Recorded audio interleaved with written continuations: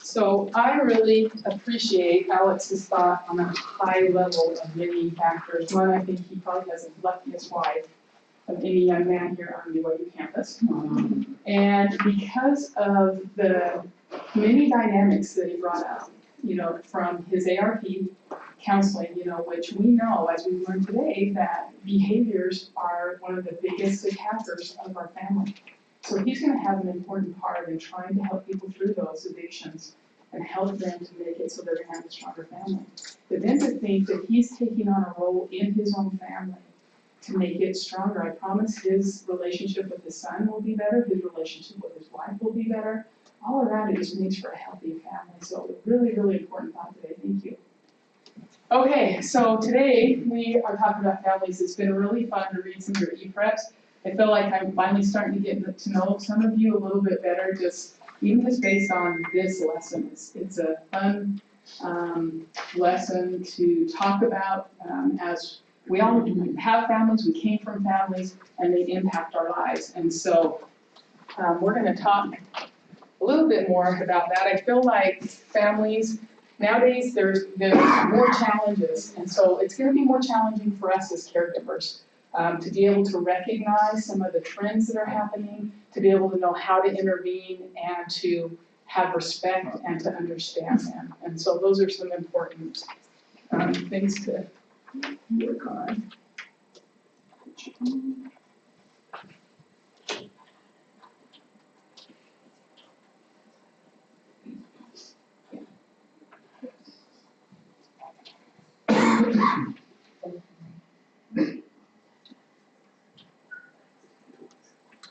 Okay.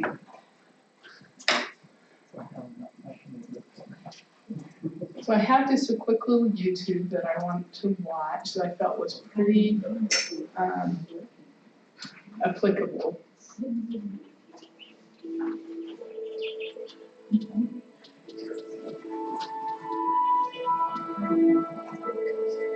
The back windows of our home overlook a small flower garden and the woods which border Little Cottonwood Creek. Every year, this ivy has been the nesting place for house finches. The nests in the vines are safe from the foxes and raccoons and cats that are not at night.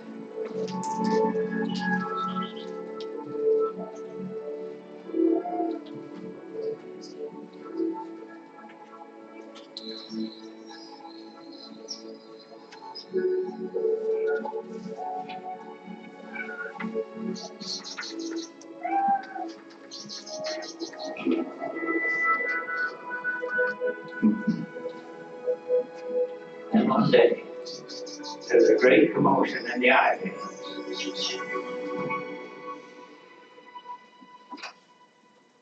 Not in 50 years that we have lived at home have we seen anything like that before. We will not always be safe from the adversary's influence, even within our own home. We need to protect our nestlings.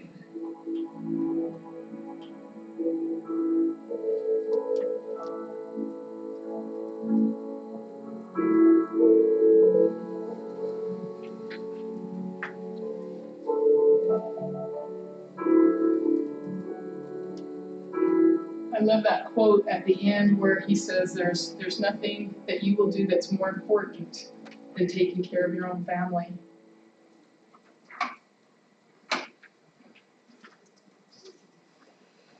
Any thoughts on that little clip? Love what he had. What do you think?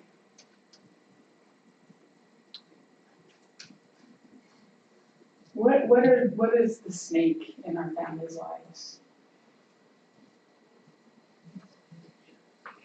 Could be lots of things, maybe like addiction or something. Yeah. You know what? What does almost every kid, I can't believe they're getting younger and younger and younger and younger, have phones and iPads and just that, it's just bombarding us. So it's up to the family to make those rules. Our family is where we kind of make the rules for our health care. Something that I was thinking about was, you see the cat and you think that the cat is going to be the problem of the birds, and then the snake you know, I've got, you know, I know good families, strong in the gospel, and all of a sudden I hear that their young man, their oldest son who's getting ready to go on a mission, or should be getting ready to go on a mission, is in his first year of college and is involved with drugs. How does that happen? How does that happen? It's just, there's just sources everywhere that are gonna affect our families. Okay. All right. So the family is a building block for having healthy people, which will make healthy communities. I want you to just kind of take a second and think about what is right about this picture from what you knew and what you've read about families. Do you think they're without trials? And what do you think would cause this family to fall apart? You can talk about it in groups, you can just kind of make a list of some of the things that you see based on what you learned and what you know about families. Maybe a minute or so for that.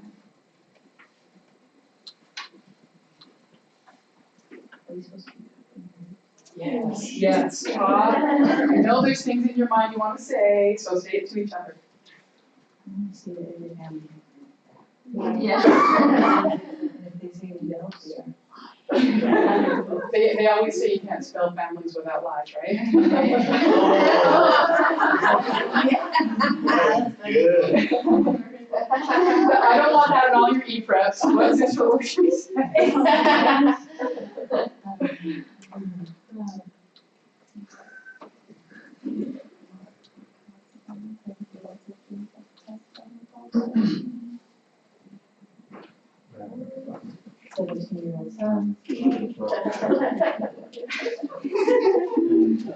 Okay, not a lot of chatter, so let's go. Anybody, what are your thoughts? What are you thinking? What's right about this picture? They look happy.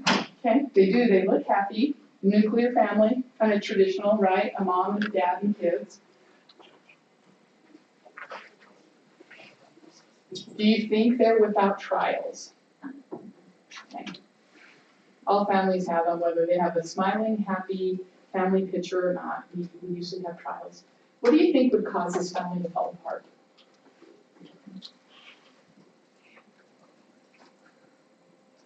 An airplane crash? Could be yes.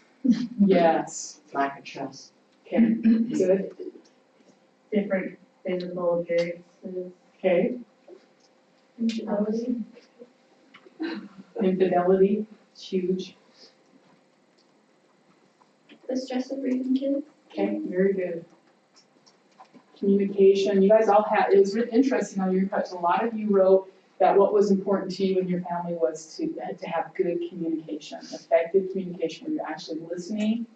And y'all need to get into a habit of restating what the person said so that you're actually listening. You're not listening to reply, you're listening to say, this is what I heard, is this right? And then going from there. But getting those communication skills are so important.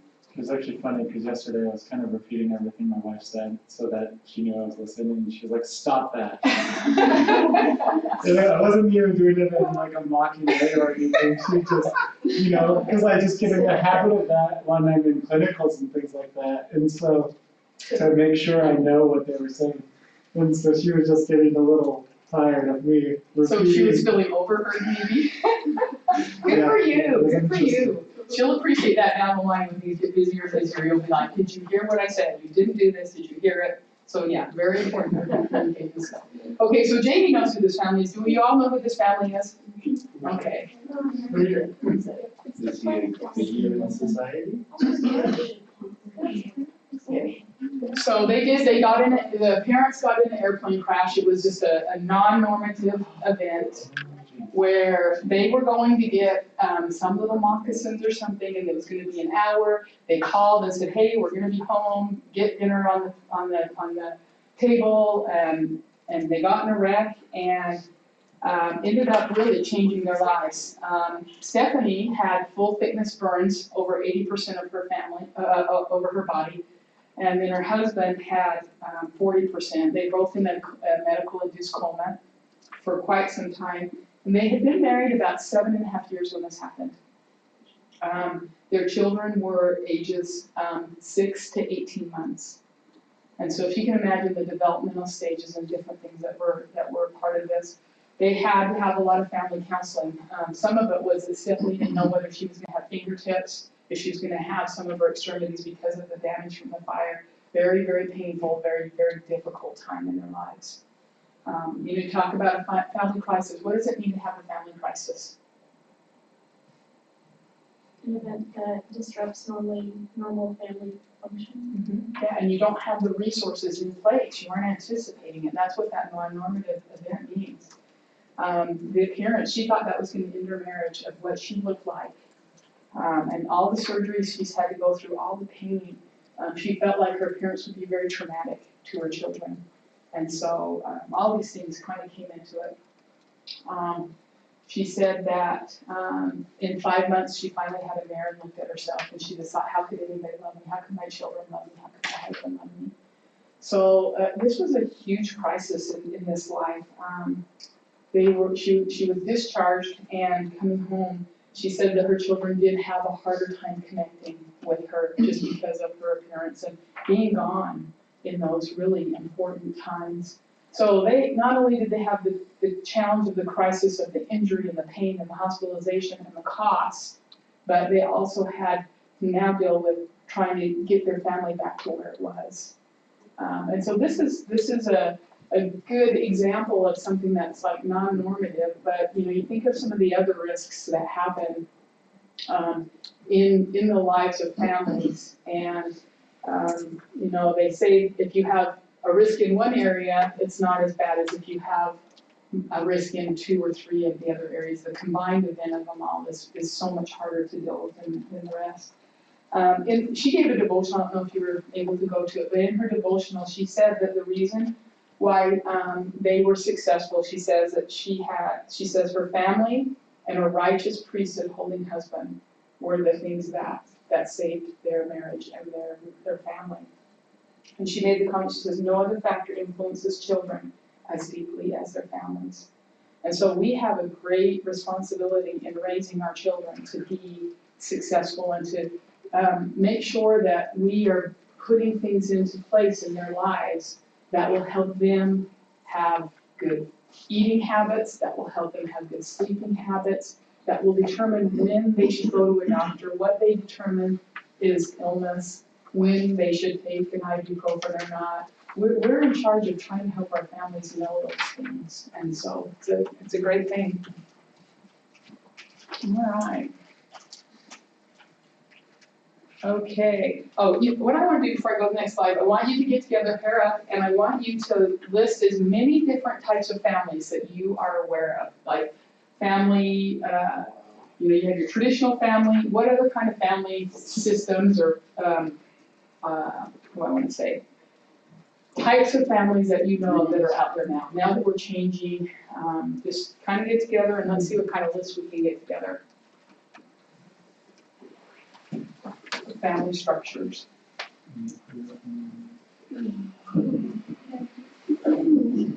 Single parent, blended family, gay family,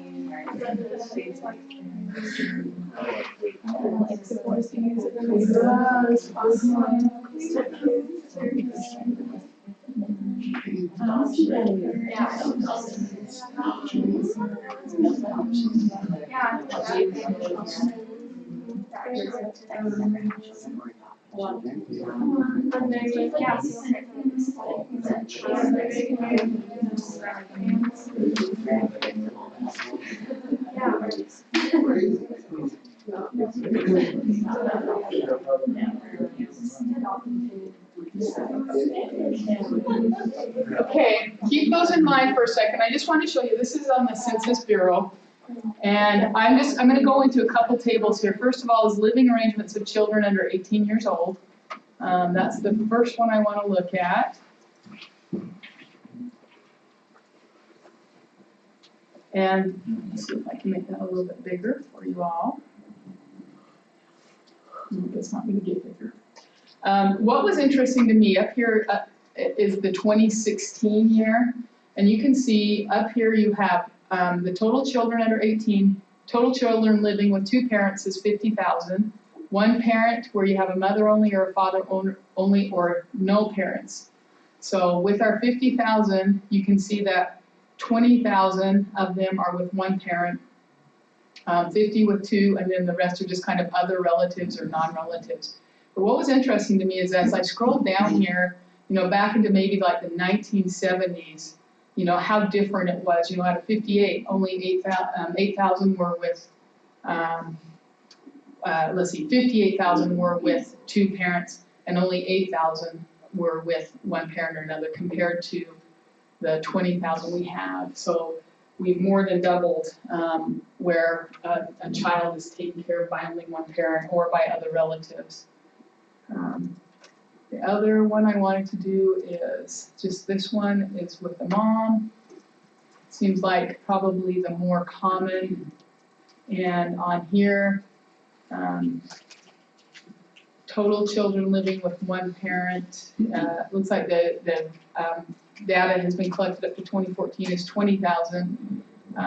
Living with a mother only, and then it just shows whether there's the total, whether it's because of divorce, married, or the spouse is absent, widowed, or never married. So there's a lot of different circumstances that lead to having different families. That's kind of a neat side if you're looking for data for your projects. So back to here. Now that you have your list, look and see if you have any of these or which ones you have that I don't have on. I know a couple I don't have on here. Looks like my job is.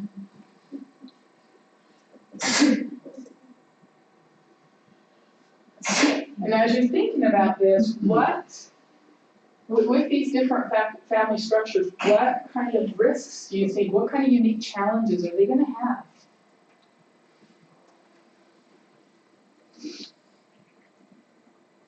Any thoughts? What do you guys talk about in your groups? I'm a very lively bunch.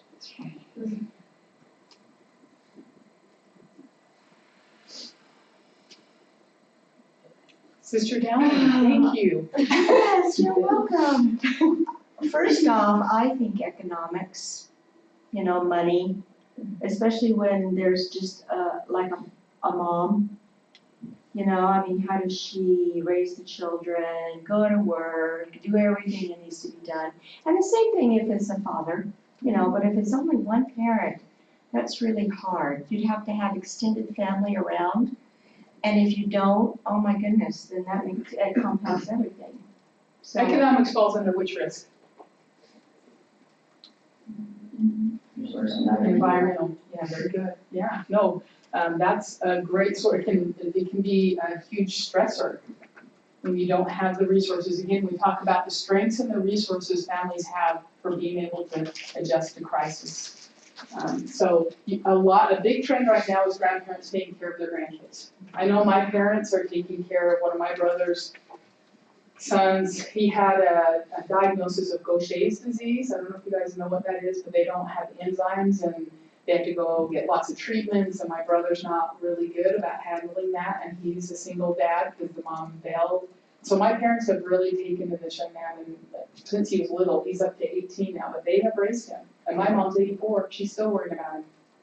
So that's a huge trend, and do they have the resources? A lot of them are on Medicare. How can they then provide if they haven't, have some kind of resource to help provide for that? This was another trend I thought was interesting. This is a grandchild taking care of the grandparent.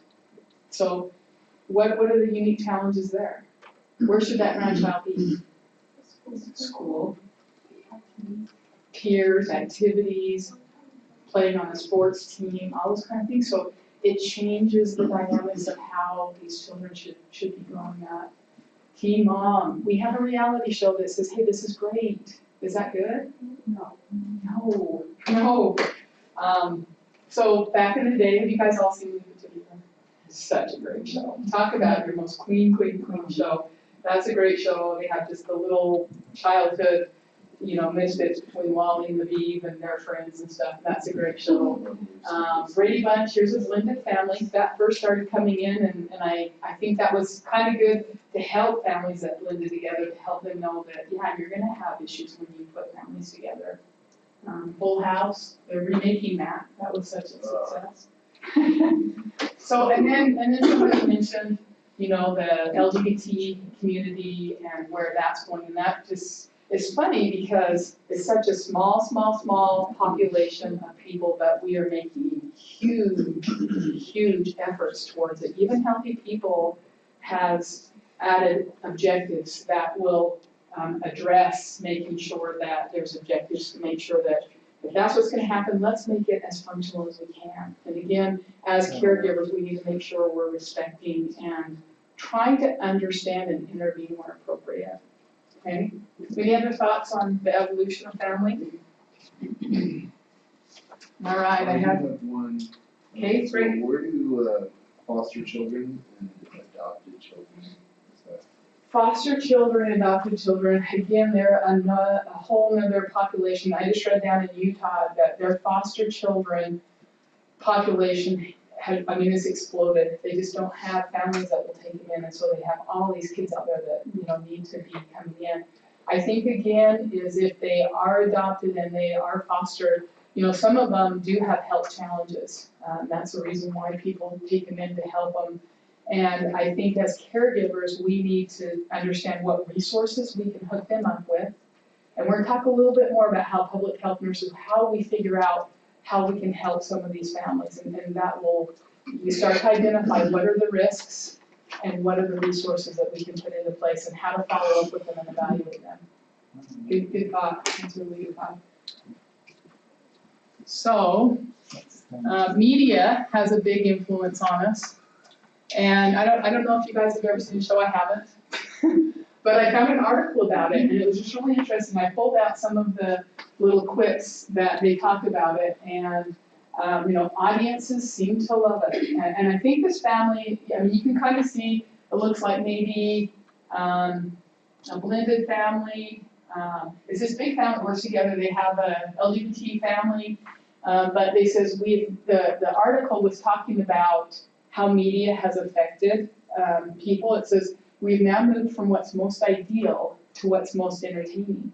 So it's more important to get ratings and to really challenge people's imaginations and different things than to realize we are destroying the families in America by saying that these kind of things are okay, making fun of and doing different things. It says that audiences are now demanding richer characters with more specificity.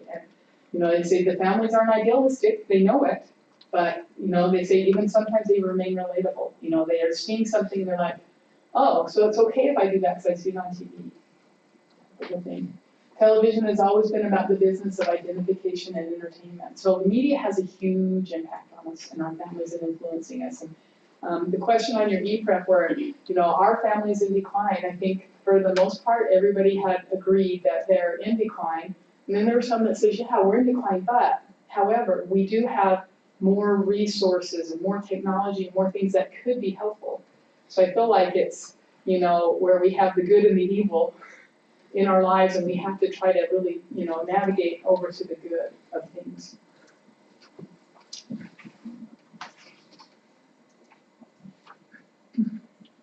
So this is an interesting family in the media.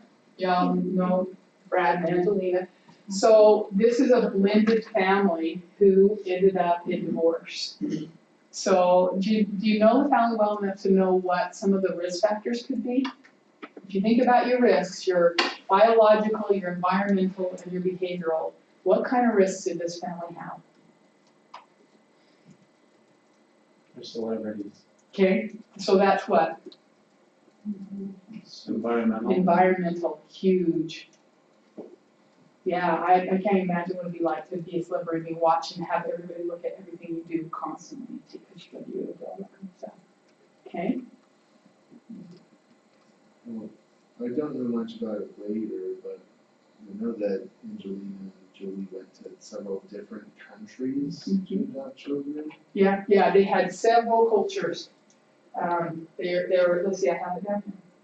They had somebody from Cambodia, Ethiopia, and Vietnam. So bringing in all of those cultures and trying to, keep that alive in them, which I think was really important to her. When they got divorced, one of the things that Angelina said, she said the decision for the divorce was made for the health of the family. And I thought that was interesting that she included that in there. But you have a blended family where they have the children that were adopted, and then you had, the children that they had.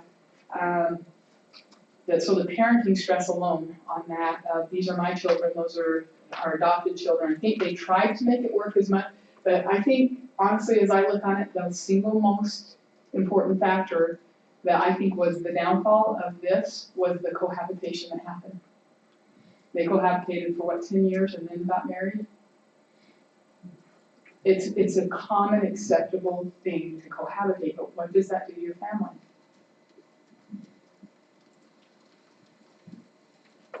Well, I remember back in high school, we were learning about cohabitation and the increase in divorce afterwards. And it's because, people, when they talk about marriage, they think it's something special. But with these people, once they're cohabitating for so long, once they get married, it's not special because it's the exact same thing afterwards. And so they don't feel like it's anything different. Oh, I just feel like when you're cohabitating, it's so easy to just be like, I can leave, Yeah, No and you did. commitment at all. Yeah, they say it's a huge thing for divorce.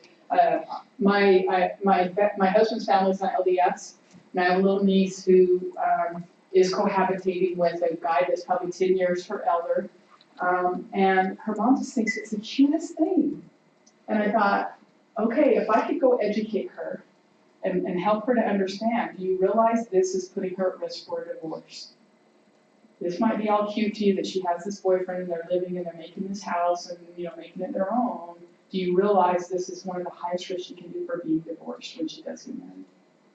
And, that's the thing that people don't know, so that's where we come in. We've got to educate, we've got to get things going. I think it also sets an example for the children Mm-hmm. that don't need to marry. That is a perfect segue for where we're going. So how do you think these children, what is the possibility that they will leave this family? Probably not. Even beyond the fact that they're in the media. I have my mom's sister, she's not active anymore, and she's had boyfriend after boyfriend. We have our summer family reunions and she brings a different boyfriend every summer. And sometimes they have kids and we have to try and incorporate them and then they're gone. And then her two daughters, one of them finally got married, but she was cohabitating and had a son. And the other one is cohabitating, has 2 kids. So you can definitely see how that example just trickles down the family. And the one that has the 2 kids, the boyfriend, he's left a couple of times and come back. And so it's just that fast she could be left with 2 kids by herself trying to, and he works and she doesn't. So then all of a sudden she'd have to find a job. Commitment. So how do we stop that? How do we affect that? How do we stop that? Any thoughts? I can tell you what Dr. Laura would say. Dr. Laura would say, ring it a day, baby. You don't just live with somebody. You don't get to have the cake and eat it too. You want the commitment. I think women need to start standing up, or men or whatever, but we need to start, having that education out there to know that this is a risk. This is a huge risk. So does that mean that the best thing for society is to educate these children in public?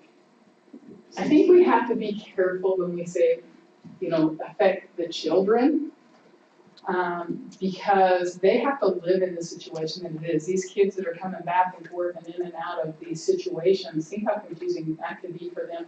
But a lot of times I imagine they just adjust to it because it's happened a lot. So I think what we're going to look at as we look at the risks and how we intervene is what interventions are the most appropriate for what the situation is, whether we're working with individuals, whether we're working with families, or whether we're working with communities. Okay, so hang on to that thought. Okay. So I think one of the things we have to realize, though, is that, families aren't all good, they aren't all bad, right? So we have to kind of face and look at them as, we have to view the family behavior on a continuum of need of intervention. do we need to intervene, and where is it on this continuum, okay? It's my Thor picture. Of course, he's good. Okay, so we talked a little bit, I don't wanna get really involved in this. We talked about this, it was on your e-prep. I want to give you a couple examples that I was familiar with when I worked out in the community. And one of them was, it was a family context, which is most of the traditional focus where we're focusing on the individual. And I had a little girl in home health, and she's about 7 years old, and she was diagnosed with cancer. And she had to have a lot of care in the home. Care that the insurance wouldn't provide. So as nurses, we went in and we taught the mom. So the mom was our resource. You know, they talk about resource and stressors. The mom was our resource. We taught her how to put a feeding tube in, to give her the feedings, to give her the medications through the tube. I mean, she was like our right hand. You know, every day she would have to do all of these things that we went in and taught her. She had 4 brothers, stressors. They didn't understand really what was going on. They were in their own life. They were going to sports. They would tease her. You know, they didn't really get what was going on with their little sister. And so they were typical boys in their growth and development patterns, and they were all over the house. I mean, we really had to teach them, you've got to be careful, you know, with this little girl. She's got tubes, she's got different things going on, and she's sick. Well, one morning we got a call from our home health agency, and the mom, who was our resource, all of a sudden started vomiting blood. She had esophageal varices, and she had to go in for emergency treatment, so we lost our resource.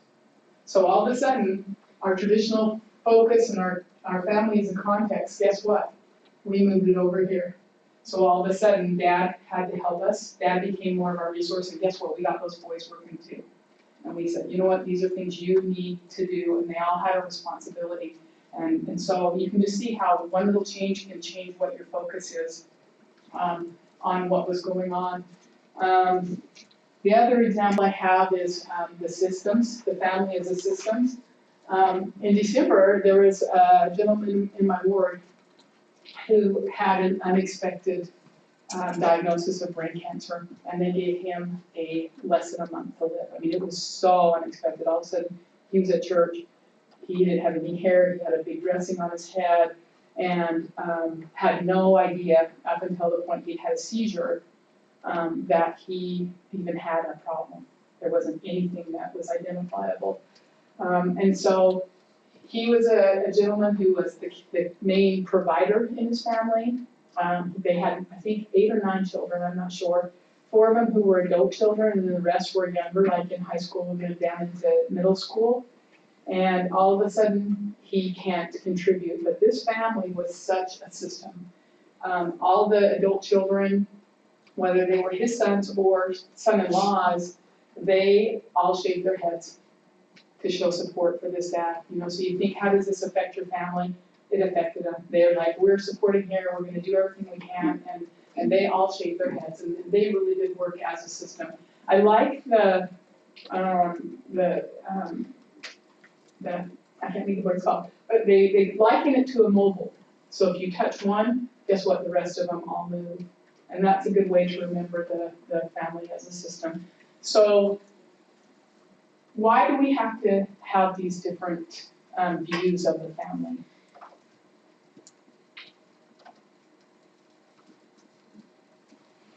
Any ideas?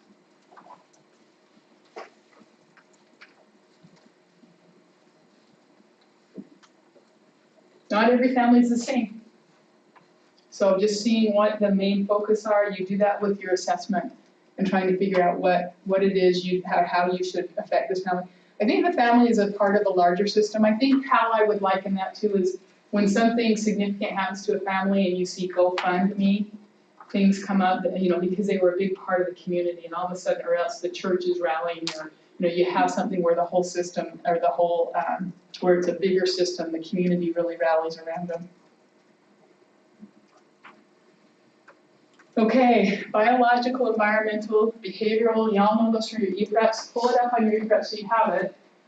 Oops, I need to move it up a little bit. What I want you to think about is Why is it important to know the risks? And I want you to take a second and start to think, what are the risks in your life? Are there risks that you can identify in your life?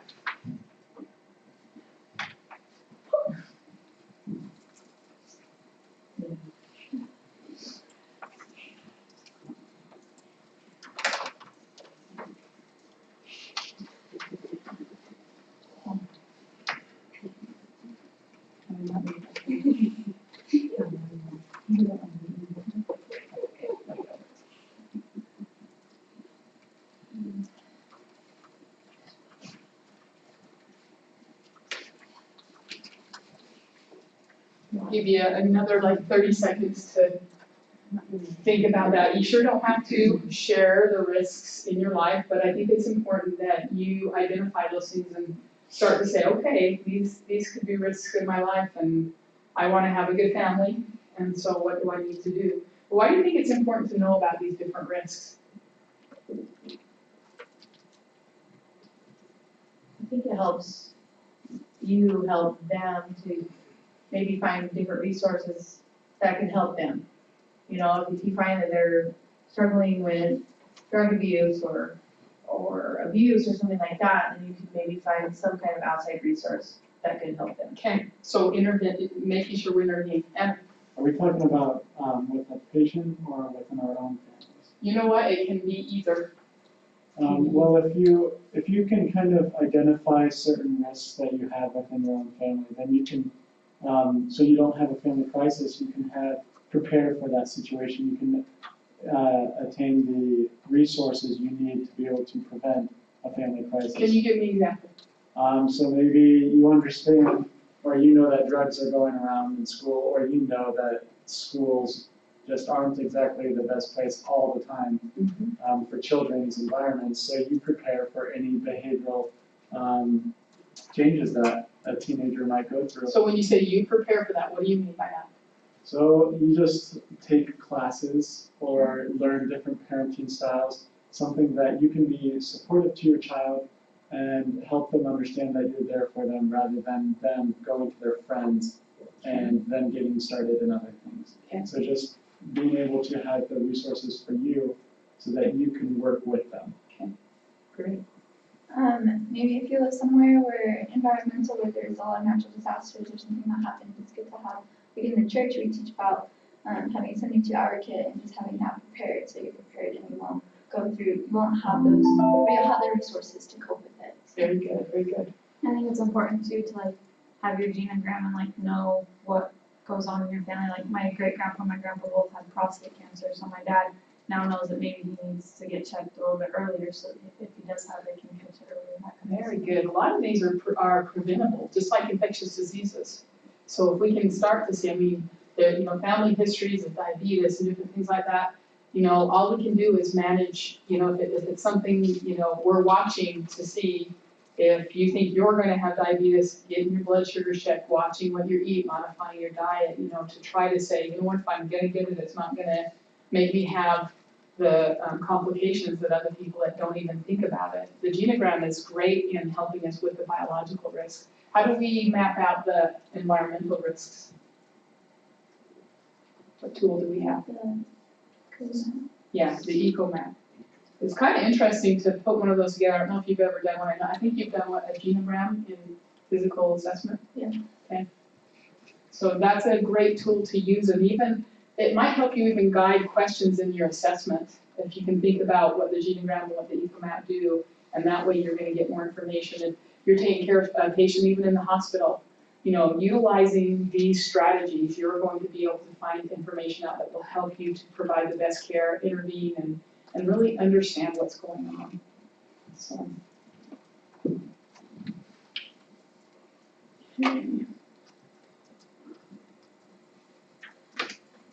So we talked, in the reading you had, we talked about theoretical models that we follow. It helps guide our care. It gives us a framework to work off of.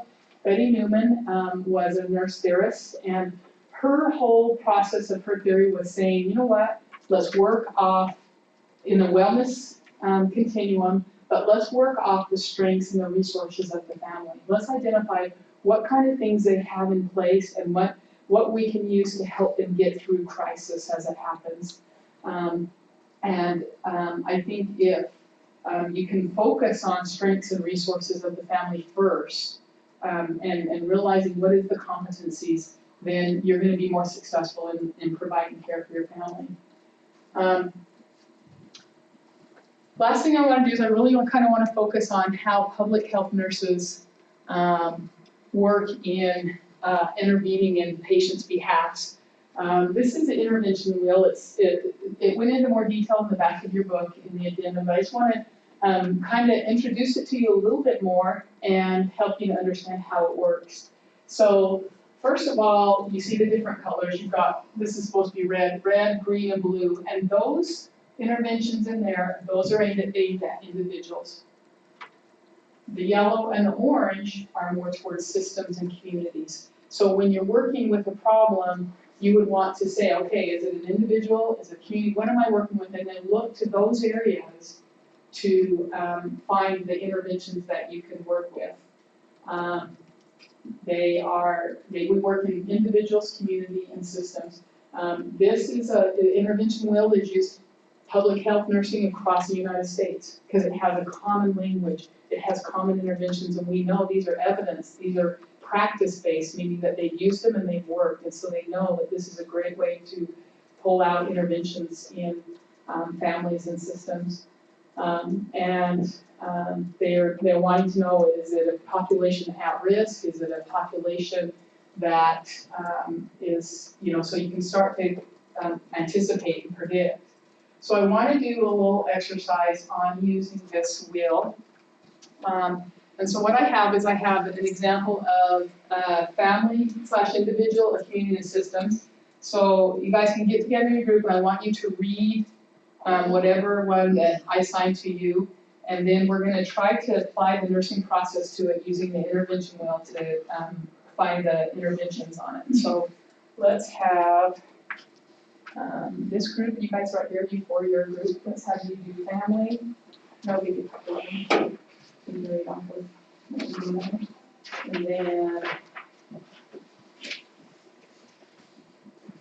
then you guys can do, what you guys do for a group, and you can do community, and then, let's see, are you on board? Yeah. Okay, I guess you guys get systems. We need more papers. Here's another presentation later. So read through that. And straight up. Do you need another one? Well, I actually lived in an old brick house in a small town where she grew up. She had lived with somebody not and talked to your father. Educational help with CHN has acid factors as well as and health risks of this family. CHN also tried to list section of Oh, really?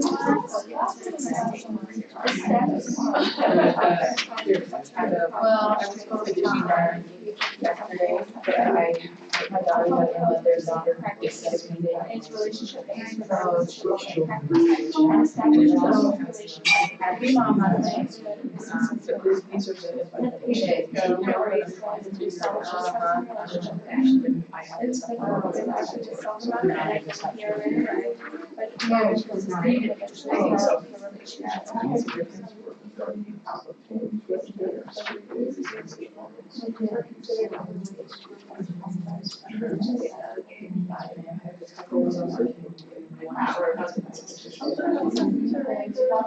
So, okay. So if we're using that little chart,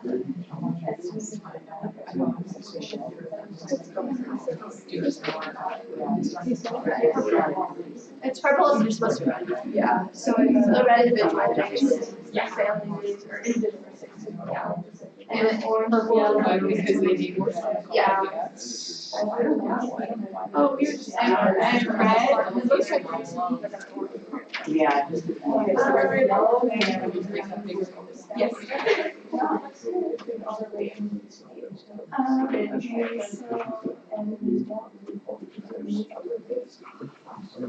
so we like explain the directions. Yeah, so as you're looking at that, after you read through that, think about what you would diagnose, use the nursing process. How would you diagnose it? What are your implementations and how would you evaluate it? Okay, and then diagnose.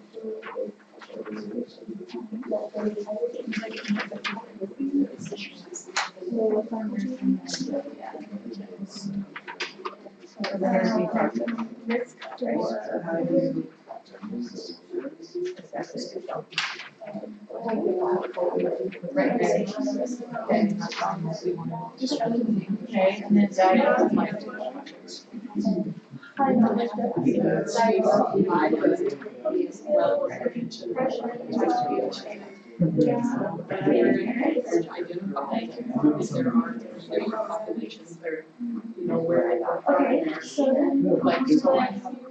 So they're really. Computer science programs and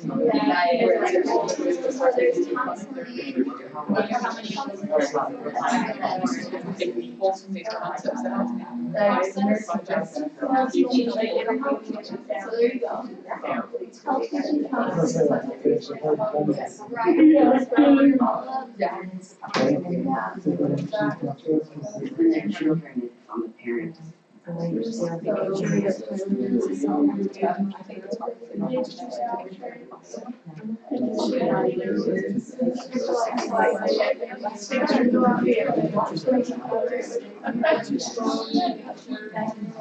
Collaboration or even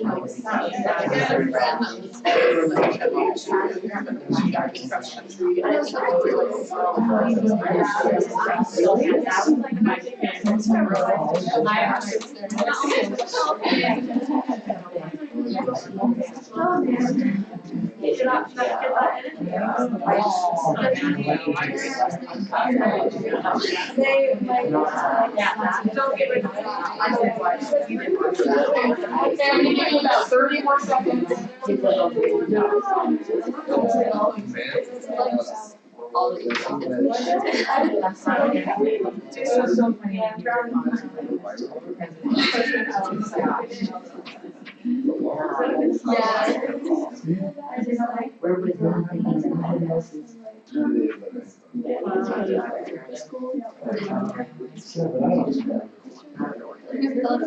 Okay, we're gonna start with families, individual. If you just kind of explain just in a nutshell what your scenario is and just tell us what you thought about it.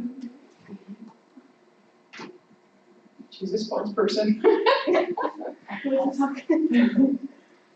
I'll talk.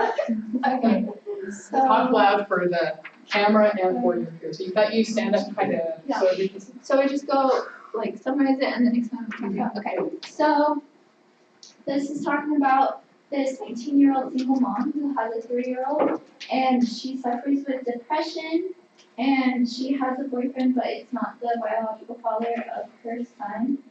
We just talked about some diagnoses could be disruptive family processes or ineffective or like ineffective coping skills. It talked about how the mom doesn't really want to like get up and kind of help. She gets really down. Some interventions that we would like to do would be some counseling with the mom, referrals and follow-up, especially with working with her son, making sure that her son has what he needs to grow. We also talked about. Sorry, can you see that very good? Health teaching? Yeah, the health teaching. We talked about using that. Okay, and how would you evaluate it?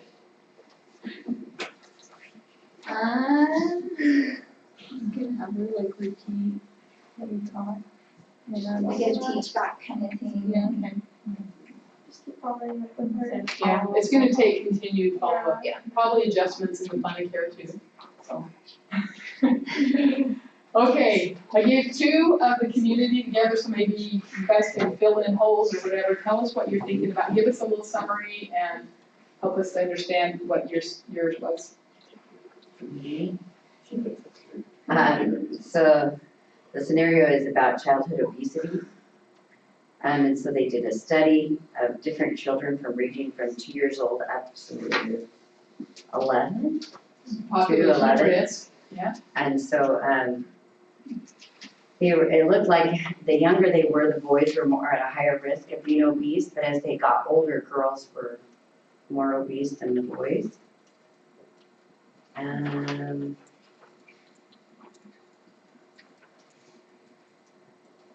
It showed that there was a link between like childhood obesity and like staying obese as an adult as well. So, Oh, like they found that Okay. as well.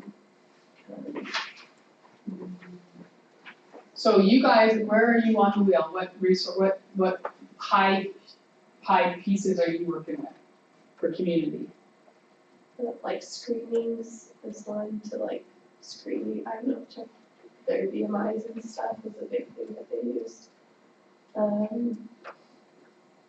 I would think education, educating the parents. Oh, teaching? Yeah, I don't see that on the wheel anymore. I think outreach as well, we kind of talked about reaching out to like schools and incorporating PE and stuff, that's one of them. Okay. All right. Let's talk about systems. So in this situation, and I'm going to so the story is, there is this sketch landlord that has an apartment building where the walls are moldy, the carpet is tearing apart and it's moldy, and This is not at BYU-I. but the runners on the closet doors keep falling down and hitting kids. So, that's happened to me before. But most of the tenants are undocumented Latinos, which can't speak or read English well, and they keep getting extra charges for repairs to the apartment building and extra, let me see where it was. And extra fees and stuff. And so with the mold and the broken down apartment building, the public health nurses were trying to go in and help people move out. And they tried talking to the landlord, but he ended up just getting angry and yelling at them. So now whenever they come into the parking lot, if they're visiting with another family, then he gets their car towed. So that's pretty messed up. And he also, towards the end, I guess they couldn't do anything, and they talked to public officials, and they couldn't do anything because he wasn't doing anything illegal. And so, but later on, he broke a smoke detector so it would stop working, since it was going off in a tenant's apartment. And he also gave a bad reference, which I didn't know you give references from moving from one apartment to another. So they can't move out into the same area, the tenants. But I figured if they're gonna get him on anything, it's a smoke detector, because you can do much else. So we said that was under policy development and Very enforcement. good, very good. Yeah, definitely some policies. We need to help these tenants, right? Okay, so I just want to show you this, and I'm going to link this Prezi on, I'll put it in iLearn so you can see it. But this kind of puts it in a linear fashion so you can really see it, where you have your assessment, your diagnosis, planning, implementation, and then the evaluation, and it puts it across the way. You guys did a great job. This is kind of where the implementation type things are across the way. So you can see with our individual and family, our population at risk is children parented by a primary caregiver with a mental health issue. So we really need to make sure that, we're, collaborating. Maybe we're gonna get an alternative caregiver to come in and help We're gonna get, some case management, we need to get childcare services, arrange transportation. They mentioned health teaching. We need to know what the growth and development of this child is so that we can make sure that we're looking at that, make sure they have their immunizations, make sure they're safe. Delegated functions, this is an important one where maybe they have somebody that comes in and helps this mom. And what we're hoping for is behavior changes in very small steps. You've got somebody that is depressed, that doesn't even want to get out of her house. So we're not gonna see big, huge changes. So let's put stuff in that will help out until we can get this mom to where she needs to be. So the evaluation is reassess, you modify the plan of care, small victories. Okay, so that's at an individual level. Your community, you've got, they had some consultation, collaboration, let's bring nutritionists and health educators. What they ended up doing, they did a social marketing thing. They had these Law of the Iguana books that they got them involved in. Surveillance, I can't remember what you guys, the word you said, screening. What are they eating? What's going on in this child care setting where they're at risk? And so this is what the planning was, is to promote menu changes, increase the consumption of fruits and vegetables, and increase physical activity. So as they did that, the way that they would then evaluate would be to establish healthy eating patterns among young children, and that it would decrease the levels of obesity. And then over here in our apartment management, really the big thing, and when you work with systems, it does usually work with policies. But we need to make sure we're enforcing their rights. They're a vulnerable population, and so we need to make sure that we're intervening in the right way. Improve the housing conditions and advocate for legal counseling.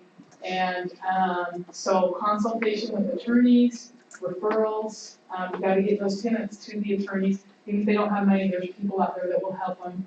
Advocacy, we need to make sure we have interpreters. Policy development, and then surveillance, ongoing monitoring of this house. So the evaluation of all of it would be that the attorney would make sure there was money to escrow to fix up some of these places. Owner fired, manage. The manager got fired. He was being fraudulent in the way he was dealing with his people. And then they got a new manager with a charge to make sure they improve the conditions. So does it make sense how we use the nursing process in using the intervention wheel, using the nursing process of just diagnosing, planning, intervening, and then evaluating? Okay?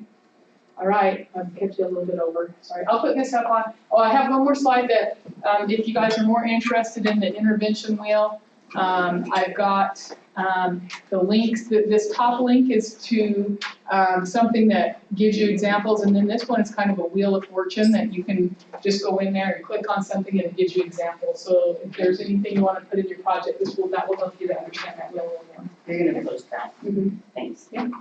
Okay, thanks you guys. Great job with your EPRETs, and carry on. I hope things are going well in your preceptorships and experiences and everything.